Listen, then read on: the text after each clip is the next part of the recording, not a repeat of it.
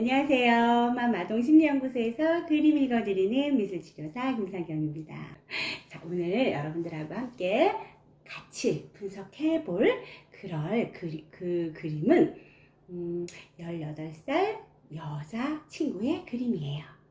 이 친구하고 처음 대면을 했을 때 처음 대면을 했으니까 제 소개를 먼저 했죠. 이름 얘기해주고 나이 얘기해주고 그리고 선생님이 하는 일을 설명해주고 그리고 오늘 어떤 이유로 우리는 만났고 그래서 어떤 이야기를 하기를 원해 거기까지 이야기를 했어요.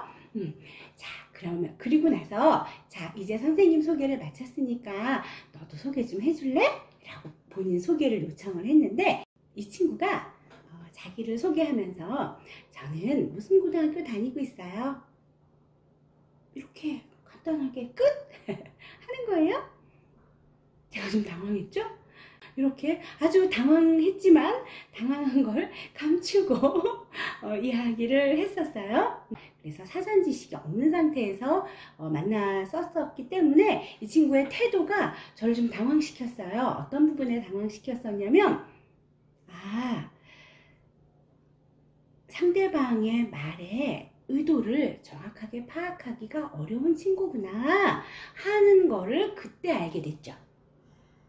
그래서 오늘 상담을 하게 된 이유를 얘기하고 그리고 오늘 선생님하고 무엇을 할 거야를 설명을 하면서 제가 이제 그림을 그려달라고 요구를 했습니다.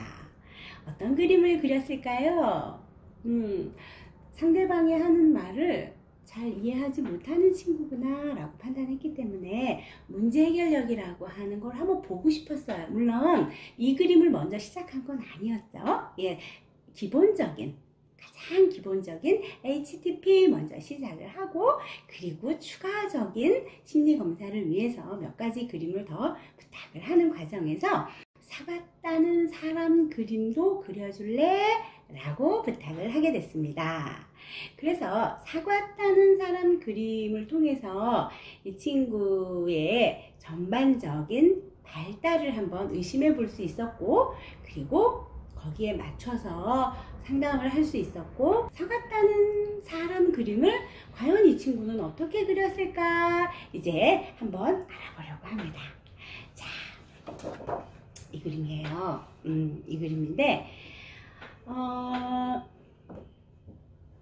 사과 나무에 사과가 열려 있고요.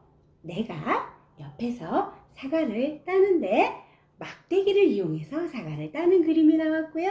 그리고 고맙게도 알아서 떨어지는 사과도 그려줬어요. 예. 그래서 이걸 가지고 전반적으로 이 친구를 해석을 해보는데 제가 다른 해석치는 놓고요.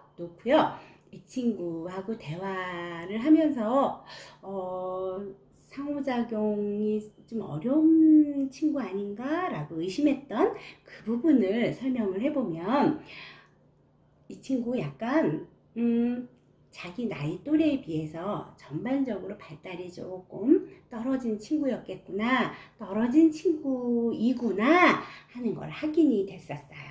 어떤 부분에서 확인을 됐었냐면 우선 사과가 열려 있는데 참 성의 없이 열려 있죠. 제가 성의 없이 열려 있다고 표현을 해나요? 네. 맥락이 없어요.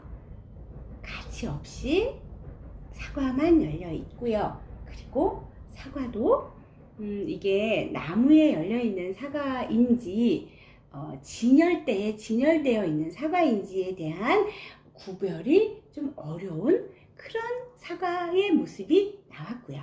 그리고 사과를 따는 사람을 그려달라고 처음부터 그렇게 부탁을 했단 말이에요. 그런데 이렇게 전반적으로 이렇게 자연스러운 팔을 아래로 내리뻗은 그런 자세의 사람을 한 손으로 쭉 이어서 그렸어요. 무슨 캐릭터 그린 것 같아요.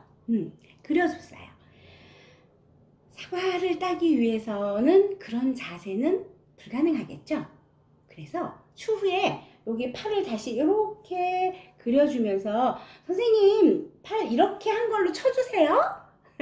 이렇게 표현을 해서 나무 막대기까지 표현해서 사과를 따는 그림을 그렸는데, 현실적으로 이 막대기 길이 가지고 이 사과를 따려고 하는 거 불가능하죠. 그죠? 문제 해결 능력, 문제 해결 방법, 그리고 문제에 대한 인식, 전반적으로 떨어지는 그림이 확인이 됐어요. 물론 인간에 대한 전반적인 이해도 그 나이에 비해서는 발달적으로 미숙한 그림이 나왔고요. 예, 자, 이런 발달적으로 미숙한 그림을 보면서 이 친구가 발달적으로 많이 좀 미숙한 부분이 있구나.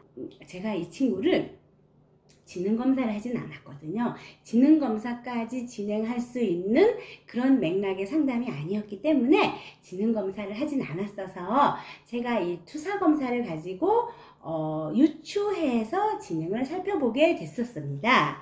그래서 유추해서 살펴보건데 18살이라고 하는 신체적인 나이로 이 친구를 보면 안 되고 초등학생 정도 수준의, 아니면 초등학교 저학년 수준까지도 봐야 되는 거 아닌가 하는 개념으로 이 친구하고, 그 이후로 이 그림을 투사검사를 한 이후로는 이 친구하고 대화를 하면서 제가 대화의 수준을 훅 떨어뜨려서 대화를 했죠.